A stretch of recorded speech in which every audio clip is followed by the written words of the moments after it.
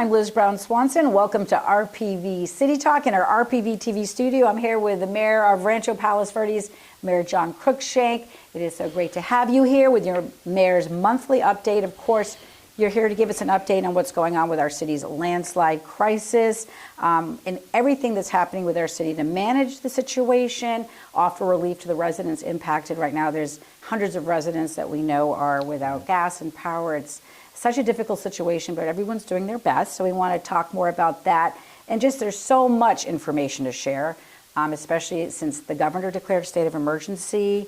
And there's just a lot of news that we want you to give us on what's really the latest. So we'll start with that and welcome. Sure. Well, thank you for having me.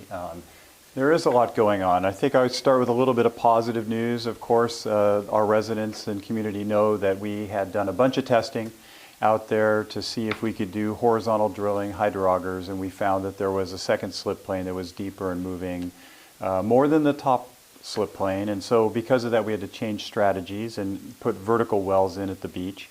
And as of recording today, there's 5 active wells that are there on the beach. There might even be 6 by now because they continue to drill these. And they're all pumping out quite a bit of water. It's also showing signs of decreasing the velocity. The movement is actually decreasing in those areas. So I think we're able to pull water out of those artesian water which is underneath the slip planes, and by relieving that pressure, it's actually reducing the amount of movement within the landslide area. Now remember, there's 5 landslides, not just one, and we are talking about just the beach club at this point, but it does look very promising. Our city council is going to be talking about adding more of these vertical wells, potentially right below Palos Verdes Drive South, where we have 15,000 cars a day. And we all know we need to keep that road open because not only is it for all the transportation, but also you've got the sewer lines, the water lines that serve thousands of people, Palos Verdes Estates, Rancho Palos Verdes, all up and down the coast. You mentioned the governor's state of emergency. We've learned since that time when he did declare that due to the energy loss that it was very nuanced, which means that monies that would go toward that energy loss would only go to public agencies, which means the city of Rancho Palos Verdes or the 2 landslide abatement districts. And so where do we utilize power? Well, we utilize power for the sewer systems where they actually have pumps that bring the sewer lines down to the big feeds that are down below. The cities had to maintain those. But we had a lot of help from our residents. Like our residents actually got the pumps themselves, and so it's been really a community effort. It's not just the city doing these things. The 2 landslide abatement districts, they have a number of water wells that need to be maintained because that's been, used to at least keep things stabilized, and in the past have kept it where both the areas of the Abalone Cove area and the Klondike Canyon communities, those areas had not really moved traditionally, and those water wells that they had kept active and continue to keep active were the primary reason for that happening. So that's where the governor's declaration actually will come into play. We believe that individual residents need to get assistance, so our city manager and his team have been meeting with FEMA. They've been meeting with the Corps of Engineers.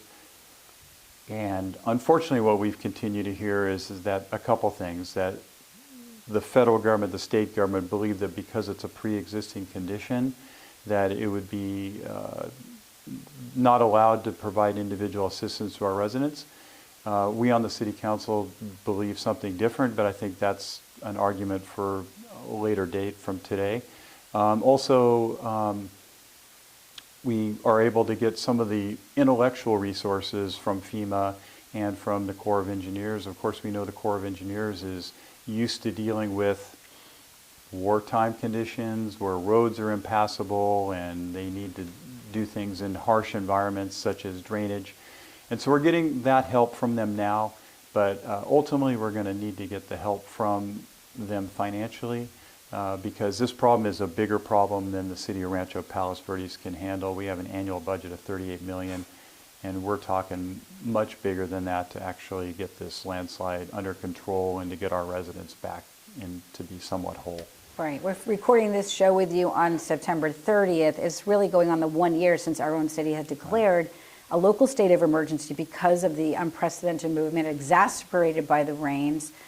So 1 year later, when you see what we've done, I know residents, it is heartbreaking to see what's going on. We have more than 200 residents, which are really in 3 key neighborhoods, as you're mentioning. We have the Seaview, which is part of the Klondike Canyon Abatement District. That happens to be where I live, in Seaview.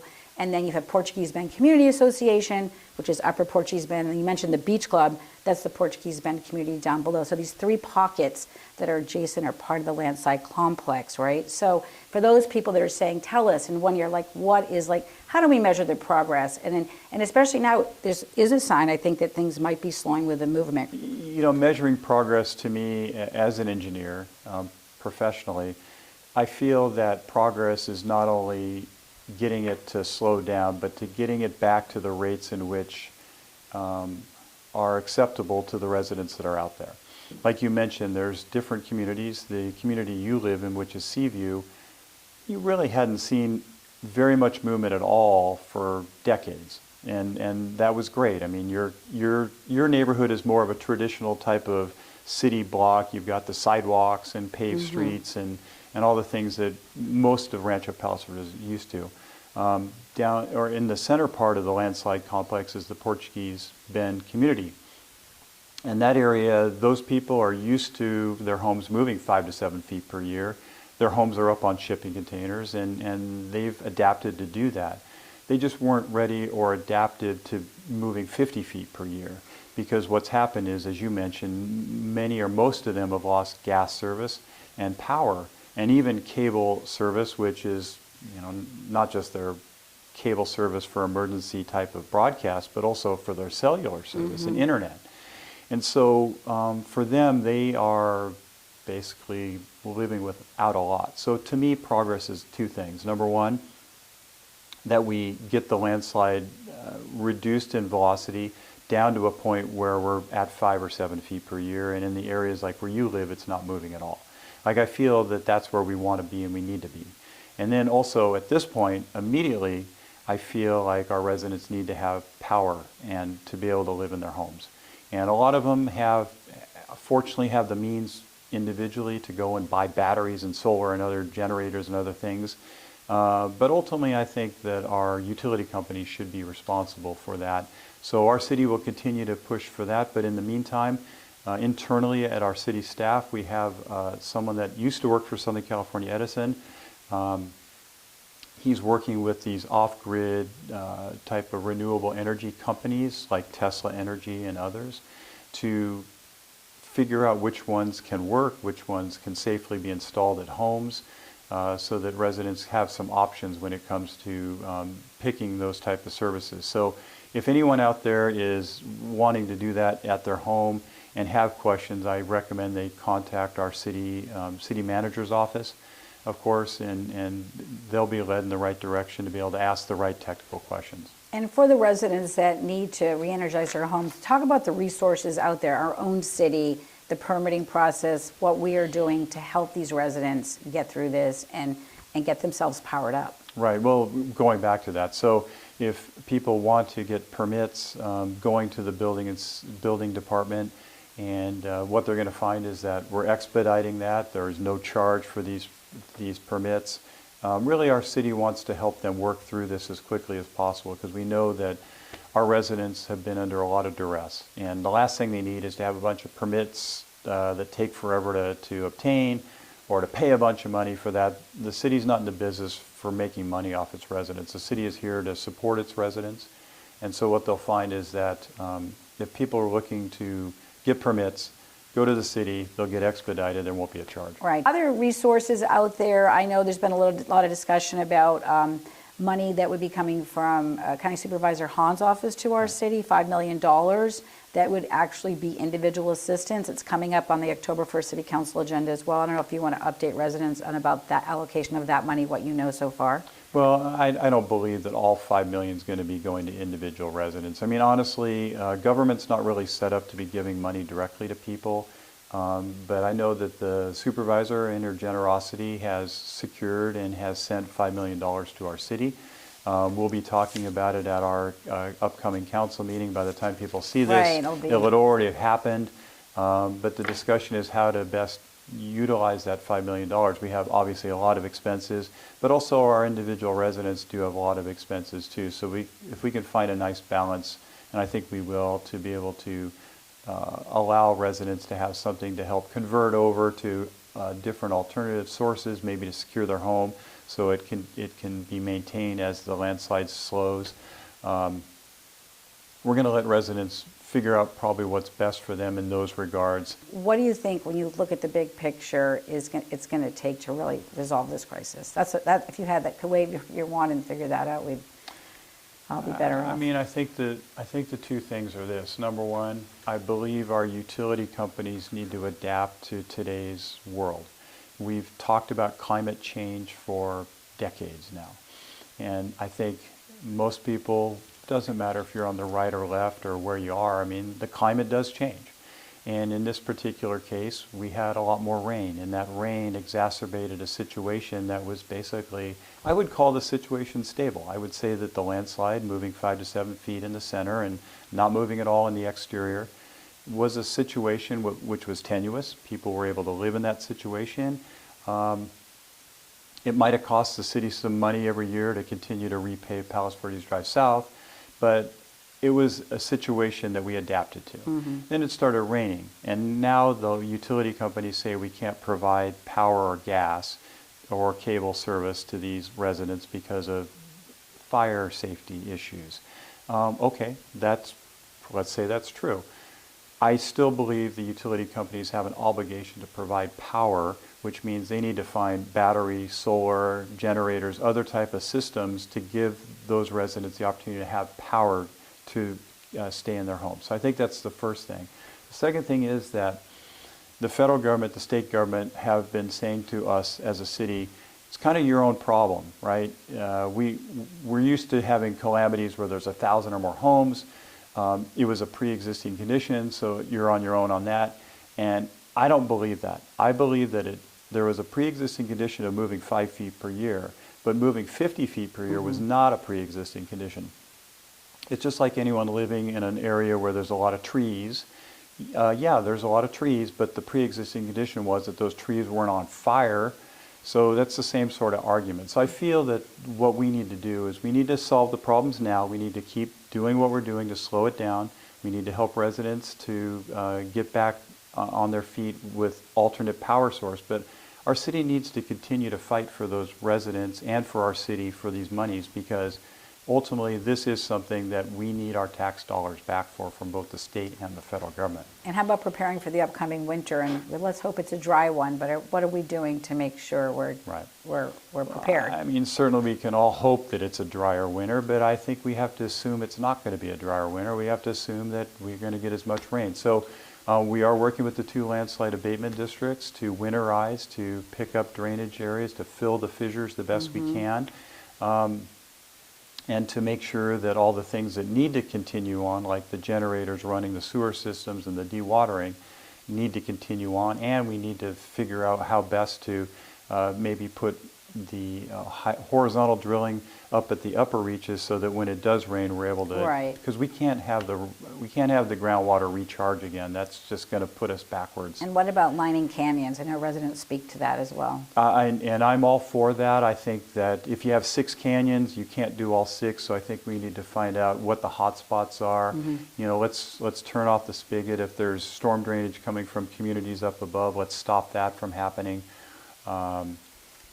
There's a lot of common sense things we can do, but we just don't have the unlimited financial resources. If I had a magic wand, I would be getting money from the federal government now so we could take care of all these problems. And we have to pick and choose and be strategic. Because at this point, has the city even received a dollar from the federal government to use? No. Not at this point. So no, people have 0. to understand that with a city of our size, this is a massive undertaking. I also want to mention, because we're going to move on, there's a lot of things going on in the city as well that we need to talk about. But this is taking priority, that the Ladera Linda Community Center, you know, we opened it in February. It's a gem for our community. It's become quite a resource center for residents. People go there, I think it's 9 to 9 daily. They need to, you know, charge their phones, et cetera. Your thoughts on that? And that's available to our residents. I mean, when you say community center, this is exactly what a community center is defined as, is something that a community in need can go to and have a place to, in this case, literally recharge. Like it's a place to be with your neighbors. I understand the Rotary Club is going to be having weekly dinners on Wednesdays from 5 to 7, Mend the Bend dinners, which I just heard about. I think it's great. I think it's our residents that are keeping that community together. I know a lot of people say, well, what's the government doing? But honestly, when you start to just rely on the government, you're in trouble. You got to rely on yourself and your neighbors and your neighborhood community working together. And those are the people that have done it, made it happen. Yes, I know. As I'm a member of the Seaview Homeowners Association, just the letters you see, everybody wants to do what they can to help their neighbors. You brought up the Rotary Club of the Palos Verdes Peninsula Rotary Club. They do have a fund dedicated to help people impacted by the landslide, not just in our city, but Rolling Hills Estates had a situation there with an area neighborhood that slid and homes were impacted. And so you can get all this information on our city website about those funds. In fact, we're going to talk about the Rotary Club's fundraising because they tied it into our second annual Run for Myles, which you just ran in. It was proceeds to help people impacted by the landslide, but we're going to talk about that later in the show. Okay. So I want to encourage also, if you want to have an update on what's happening with the landslide, go on to rpvca.gov/land movement. It's a great resource page as well. We're going to, like I said, move on to some other topics happening in the city. Anything you want to close with regarding landslide to the residents? Because I know everyone's doing all they can at the moment. No, I mean, I think the one thing I always try to say when I'm either talking to radio or TV or to you here today is that our residents have been very patient, and I know that there could be a lot of frustrations, and I get it. We hear people loud and clear that they're frustrated, and I know that people say, well, there's nothing being done, and it's very difficult in the city because I know our staff are working, like you said, round the clock. They see the drilling activity. There is some positive news in regards to that. I would say people need to continue to stay patient. I believe that we're going to slow this landslide down. I believe that people are going to be back to normal. Not immediately. It's going to take a long time. But I think we need to continue to work within our community and just be patient with people, realize that we're not forgetting about anyone. It's just sometimes we don't have all the answers either, and we're all trying to do what makes the most sense with somewhat limited resources. Remember what you just said, we've not gotten a nickel from the state of California or the federal government, and with our limited budget of 38 million in revenues per year, we have a lot of other city to take care of. We have other issues as well. Right. Well, we all appreciate all your efforts, and also to remind everyone, as council members, you're all volunteers out there and doing the best you can on behalf of the residents. And on behalf of all of our residents, 40,000 in our city right now, one of the big things is the city council goals. I mean, that impact everybody. It was on your agenda on September 17th. Meeting where you got an update on the first quarter goals report, and very impressive. You've really whittled down the goals so that they're very specific. There's 18 overall art goals under 5 categories, and I think 17 are underway. So just kind of walk us through the goals that the council has set for the next fiscal year and how we're doing. Sure. Well, like you said, we have tried to pare those down to realistic goals. I think that it's one of those times for us in Rancho Palos Verdes that you have needs and wants, and the things that we want to do necessarily are not things we should be pursuing. One of those, of course, is a civic center. We all know that ultimately we do need a new civic center, but we realize the timing right now is not great, so we've slowed things down. But we do have the 5 categories. So public safety is one of those categories that I know is important to the entire city of 40,000 plus people that live there. And we unfortunately, crime is something that occurs, and even in the landslide area where unfortunately people learn that people are under duress and maybe there's no power. Now you get people that potentially want to go out and do nefarious things. So we've actually increased patrols out in those areas with the hope that nothing bad happens. And knock on wood, I don't believe too many things have happened yet, and it's not going to happen. But one of the things we have is a public safety division that we're trying to help supplement, because our sheriff's department is a huge part of our budget. I think we spend close to $9 million per year of that $38 million. And so a lot of their time, we want them out patrolling and doing the things that they're specially trained to do, maybe not necessarily giving parking tickets or citations, which takes away their time. So we're going to try to have internally within our city a public safety division that does that. Public infrastructure, another item that never stops. Of course, we've talked a lot about infrastructure today, but also Western Avenue is a major corridor within our city. We do share that. Caltrans owns that road. We do share that with the city of Los Angeles and San Pedro. But what we found is that there's, I think, something like 17 or 20 signals, and half of them are owned by Caltrans, and the other half by the city of LA. And those are not synchronized, so we're working to get all those synchronized and to get and I think I drive there all the time, and I find that traffic is moving better. There are starting to be improvements there.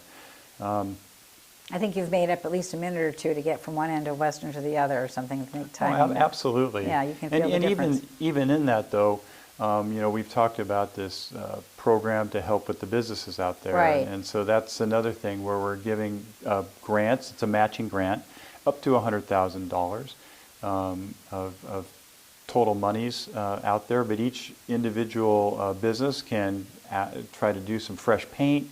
I think there's a cap of that of maybe $5,000. Right. It's called the Western Ave Storefront Program. We were going to mention that as well because that did come up at your council meeting in September, and it is part of the goals for quality of life. And I think it's saying here that the program will provide businesses with a 50% match grant that ranges, like you said, $5,000 to $20,000 if you're making storefront improvements. And we all want to see that get beautified. In fact, we were talking about right now there's a development happening in RPV that's new right there on Western. It's where the auto parts store exists. Right, O'Reilly's. There's going to be some exciting new businesses coming. Right, and that mall there, it was a rundown mall. Yep. It was vacant, 50% vacant, and the developers there know that Rancho Palos Verdes is a business-friendly community, and they're refreshing the entire strip mall, if you will, into something more modern and more outdoor space. And so this is the sort of thing that we're trying to promote in our city. As many people know, Terranea Resort is one of those that I think something like 20% of our revenues come from that occupancy tax there, which is fantastic. But there's other opportunities to have more business, and certainly on Western Avenue. So we're trying to help people so that they can do the best they can out there with their businesses. Right. So you improve traffic, you make Western look better, and then you make these businesses, storefronts look better. It'll give us an opportunity to promote and to really help businesses. I think we mentioned the storefront program. That comes under one of your 5 categories, which is quality of life. There, that is one of them. And it also just working on the aesthetics of the city with signage and also just overall beautifying the city whenever we can. The other one category to mention is citizen involvement. Yes. And I love how this council is focused on the youth in our city. We've started a youth advisory committee, and I think want to speak to that and just how we're encouraging our young to get involved with government. Wow, so this is something that's was long overdue. I think that listening to our youth and knowing what's important to them and acting upon that in a way that the entire city can benefit from is important. Council members Paul Seo and Mayor Pro Tem Eric Alegria, the two of them are taking the lead on that. And they've already started. They've already had a full year of the Youth Advisory Committee. And honestly, we get some great information. I think we're going to talk about e-bikes in a little bit. Yes. But there's a lot of other issues that they bring forward that we normally would not have tackled, and I think they're important. Very exciting. So we'll get a next quarterly update on those goals, and to see that 17 of 18 underway. Kudos to actually staff too for making it happen. Yep. Big deal in our city, of course, is the housing element update. At the September 3rd council meeting, you once again were addressing the city housing element update that's already been approved by the state, possibly tweaking the inventory sites that are in that. Now, just explain the latest issues before the council regarding the housing element update and maybe having to revise it. Sure. Well, so as many people probably know, our city council has always supported local control. And the state of California has housing goals for every city in the state of California. our current cycle, we're being asked to provide 647 housing units of moderate to very low income levels, which I think if anyone that's been here long enough knows it's going to be very difficult to get to those numbers, but we're still being asked to do that. And the steps to be able to do that is, first of all, you have to modify your housing element within our general plan to discuss how you're going to do that. And we've paid consultants a lot of money to help us with that housing element. And it's not an easy plan, and we've gone through many iterations as we've talked about in the past. Yes. The other part is the rezoning. And you actually have to not only talk about it, but rezone properties to show that it can be done. Because if you're not showing that, then the state of California and their housing group, they'll come back and say, that's not realistic, we don't approve it. So finally, after many attempts, we did get an approved housing element in zoning. We've passed all that. And then there are some sites that some of the residents came back and said, well, we've actually reached out on our own, and they've told us that we didn't have to upzone these certain things. So our council said, okay, well, that's fair enough. Why don't we have our city staff go ahead and see if that's true, see what can be done, because we weren't for upzoning everything. Like, we upzoned things because we were forced to do so. And so it wasn't like that was the plan of any one of our council members. So we've asked staff to go back to see if a few of the lots can be rezoned and taken out of the housing element without jeopardizing our status, because if you jeopardize a status, then you now bring back this threat of the builder's remedy. Right. And everyone knows what that means. It's basically a free-for-all of high-rise buildings in single-family residence with no local control. Yeah, it's complicated. I mean, the housing that you're trying to build is at all income levels and mixed use all over the city. You're trying to spread it out. The couple lots that maybe be pulled from the inventory, one was at Clipper Road, it's in the coastal zone, and then you have at UCLA South Bay campus. So the next steps in this is, if the state agency housing community development office comes back and said, you can pull these sites and your housing element won't be compromised, it'll stay, that would be what the ultimate goal is at this point. Once again, city council are representatives of the people that live in Rancho Palos Verdes.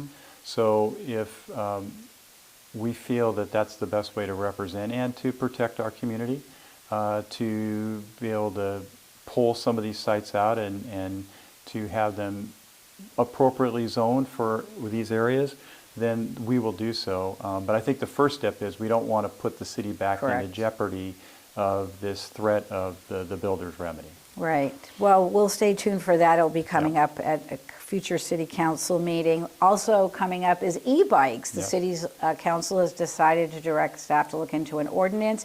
And you mentioned the Youth Advisory Committee, incorporate their what they will come up with about this idea, as well as the Traffic Safety Committee. So just let the residents know why we're working on an e-bike ordinance update.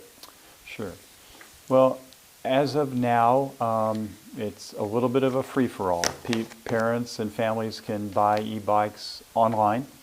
As many probably know, these e-bikes have different classes where they have different speeds. But I think that what I've heard, and I don't own an e-bike, but I understand that you can buy these bikes, you can take off some of the regulations, and now you have a bike that could go 30, 40 miles an hour. And so you have kids of school age going to class, which I think promoting using bikes or e-bikes to get to school safely is great. Like, I have no problem with that, but I think the concern was from the community and from some of our council members is that you see some of the students without helmets. You see them traveling at high rates of speed, not following the traffic laws. And so the city is working with the school districts to find a way, maybe a peninsula-wide way to regulate that. Maybe it's a sticker program where the bikes are confirmed to be, if they're a class 1 or class 2 and they stay under a certain speed, that they can be confirmed to be set up that way, and that the students have an opportunity to learn proper safety rules, because they're out on the road with the rest of us in our cars, so we want to make sure nobody gets hurt. Right. I was looking at some of the components being considered, like to make sure it's all safety based, that e-bikes are equipped with lights, You'd be prohibited to ride on sidewalks unless you're under the age of 14. This is all, again, to help. I think it's necessary, and so I think this will be coming up again in November. Yes. So we'll stay tuned for that. And on the subject of November, I want to move in. We have the election coming on, and right here, RPV residents are going to vote for 2 new city council members. I'm sad to say that you're termed out, Mayor John Cruikshank, after 8 years, and also Mayor Pro Tem Eric Alegria. You've been a tremendous resource and done so much for our city. That's a whole nother show we'll talk about. But with 5 candidates running for the 2 spots, just your thoughts and encouragement for people to get involved with the process to run, and just tips for any candidates, last-minute tips. It's right around the corner. Sure. Well, I would say this, that for all 5 candidates, I appreciate the fact that they've all stepped forward to do something for their community. I think that's important. There are 2 seats available with 5 choices. And so I think for our residents, I usually give tips for the candidates, but I think more of a tip for our residents is city council members affect our daily lives quite a bit, and you know, having been on the council 7 years, because we got a 3-year term and then a 4-year term, the group of us on the council have had to grapple with a lot of things, and just in my tenure, we've dealt with a lot of big things, and I think it's incumbent upon future councils, which we're going to have, that we make sure we have the 5 people that you feel will represent you and your family and your community the best. And so I would say to everyone, make sure you get a chance to pick up the phone and call all 5 of the candidates and ask them important questions to you and your family, and make sure that they answer them the way that you want, and vote for the people that you feel will represent you the best. I would say that's a tip to our residents, because city council members and school board members, they affect our community more than state assembly members or Congress people. I would say to the candidates that you got to be true to yourself. I remember when I was running, and people asked me a lot about the peacocks, you know, and you would think you can just make everyone happy about the peacocks. No. I think it's true. You got to just have a belief and tell people what your belief is, but also remind people, just because it's their belief doesn't mean it has to be their vote. Like, there's a lot of things that I might believe one thing, but when I hear from more residents saying you should do this is how our community should be represented, that's how I'll vote. I feel like it's not me voting, it's me representing. And so I think for people that are going to be on our city council, I think they need to realize that there's 5 council members. You need 3, a majority, to get things done, and you need to be able to listen to the community to understand how to best represent them. Excellent. And also, you know, for everyone getting in right now to run at a time where this is one of the most challenging times probably our city's ever faced in its history, with what's going on with the landslide. And so get out there and vote. That's the message. Do vote. That's a good message. Yeah. So also we have, we always talk at the end of this show, things happening in the community that we want to let the community know about. We have a winter event the council just approved.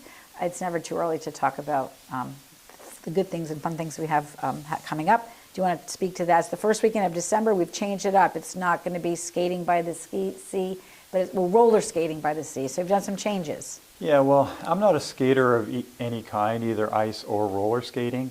But I think that the tree lighting, and now we're going to do a menorah lighting as well, I think those are an important way to get the community together, to kick the holiday season off. And then we're going to extend it a few more days through the weekend to have roller skating. I think that we tried the ice skating, and I guess we don't believe that the technology is yet there. Yeah, it was synthetic. It wasn't ice, but it was supposed to be like that. It wasn't real ice, and to do real ice obviously would be way cost prohibitive. But you know, I think we realize that there are a lot of people that enjoy the skating, and roller skating could be really a lot of fun for the families. And it's only a 3-day event, so people can have an opportunity to watch the tree lighting, get some hot cocoa, and then go back out on Saturday or Sunday. And that'll be the weekend of December 7th, 8th. I didn't mean to No problem. The weekend of 7th and 8th, so put that on your calendars. You might see a couple council members and some of the inflatables bouncing around. That was fun. Yeah, you and Dave Bradley, always an opportunity to bounce around and maybe even compete with each other. Yeah, Who can bounce the highest? maybe we should get some boxing gloves and go in there and box or something. But let's move on to your mayoral activities. Every month you're out and about, and we know you've been busy. We've seen you all over the news talking about what's going on with the landslide. So just what do you want to reference things that you've been up to for the last month? Yeah. Well, of course, out advocating for our city is something that is a number one priority to me, and I try to do that as much as possible. I am wearing a pin today. It both has the American and Croatian flag. I had a very unique opportunity to participate with the Dalmatian American Club. They had a dinner for the Croatian Prime Minister. His name is Andrej Plenković.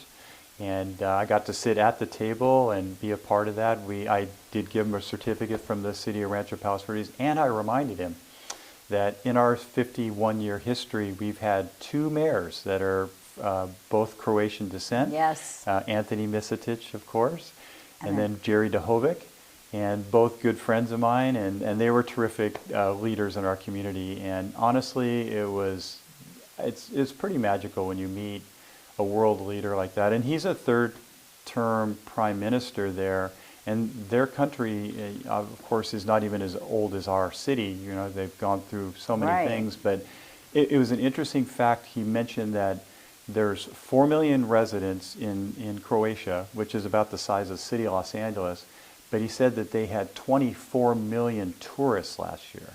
So think about that. They had 6 times more tourists than they have actual people. So they've got some issues on their own, although that's a great problem to have, but that's pretty overwhelming. Right. Oh, I know. I've visited the country many times because you. My mother-in-law, Gordana Swanson, former city councilwoman and mayor of Rolling Hills, I have to plug her, who's taught me very important words. She was from Rijeka, so we visit that part of Croatia. And it's also beautiful in the people. So I guess I don't know if I'm there as a tourist if I go with her, but wow.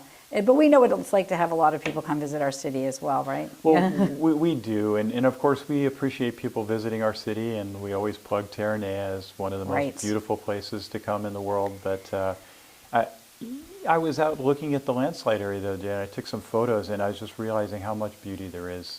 We live in an amazing place here. And on the subject of the beauty of our coastline, you just participated in the second annual Run for Miles. It was a fundraiser to benefit the Portuguese Men Landslide Remediation, the relief fund that's been set up by the Rotary, so people can go help and donate while they were out there running. It was the second year. This was to honor a former runner from our city, Miles Helm. His family did it last year for the 50th Gala, raised a lot of money for our city's parks and trails. Hopefully they're going to raise a lot of money this time. You, along with council members, Bradley, Sayo, and the city manager were out there hitting the pavement. What was that like? No, it was great. I mean, once again, we appreciate the Helms family. Miles Helms was a prolific runner, and he cared and loved our community as well. And you could tell the city does. The whole family was there. And last year, like you said, they donated about $32,000 for our trails. And now, unfortunately, our trails, 10 miles of them are closed. But as soon as we get this thing under control, we'll reopen. But this year, they decided to have the proceeds help the residents there. And it was great running. Like I run every day, and those of you that have known me over the years know that I was quite a bit heavier just a few years ago. I found that 2 ways in which I found a way to lose that weight was, of course, to eat better and to run. I run every day as much as I can, on a treadmill typically. But being out there on the run, I would say that next year we want to really promote it again. I think it's an annual event that can really be a big part of our community, and we appreciate the Helms family doing all that they did, and also all the corporate sponsors that were out there too, and the Rotary Club, and without our private sector friends and things wouldn't be the same. Like, we really appreciate that. And again, we have some more events we want to let the community know about to participate in. Obviously, it's that spooky time of year, and Halloween's coming up. We have our city's annual Trunk or Treat. The date is Saturday, October 19th, right here at the Kendida Civic Center. And I was going to ask the mayor if you're coming, other than dressing up as mayor, do you have a plan? Oh, no, I'm going to be getting my full Alpine outfit on, get the lederhosen going. I'll bring the SUV, so they'll be full of candy. and maybe I'll have some skeletons or two in the back. Honestly, I've never participated in the event, Right. but every year, people tell me how amazing it is, and it's a great event for kids because instead of having to trudge up these huge driveways to get a little bit of candy, you can just come here to the Kendida Community Center and. It's wonderful. It's Yeah. 11 to 2. It's a spectacular time. Oh, what are you and, wearing, by the way? I'll just have on my RPV TV. I'll be wearing my microphone and my witch's hat. How The about witch's that? hat. Okay, Yeah. that works. There you go. And then also on the note of Halloween, the Eastview Dog Park has a Halloween doggy puppy parade. The dogs are all dressed up, and that costume parade is from 10 to noon at Eastview Dog Park, and I think they'll be howling there. Oh, that's good. And then lastly, really important, the Prepared Peninsula Expo that's held every year at the Peninsula High School. I attend that every year. We will put it on the city channel here on our RPVtv. That's from 10 to 1. It's October 27th, and it's sponsored by all the cities because the cities all work together on this issue of emergency preparedness. You definitely want to go. You learn so much, like how do you shut off your gas or all those kinds of things you can learn right there. Yeah, and that's one I do attend every year, and you're right. That's one that's great for our residents because not only do they have different high-level people, fire chief, others that come and speak about emergency preparedness, but there's also a number of booths that are outside where people could pick up different supplies and emergency preparedness. Right. I think that the county's been giving out these emergency radios for different disaster, and they're on batteries, so if there is something that happens, people could just turn that on and get some information as well. And plus, they'll learn about all the apps that people can use on their phones, and There's a lot of resources. You can never be too prepared. Right, you're right about that, especially in these times. So with that, Mayor Cruikshank, we're going to have to wrap it up here. Thank you for all you're doing for our city and our community during these challenging times. Thank you to our viewers out there for watching this edition of RPV City Talk. See you next time, and stay safe out there.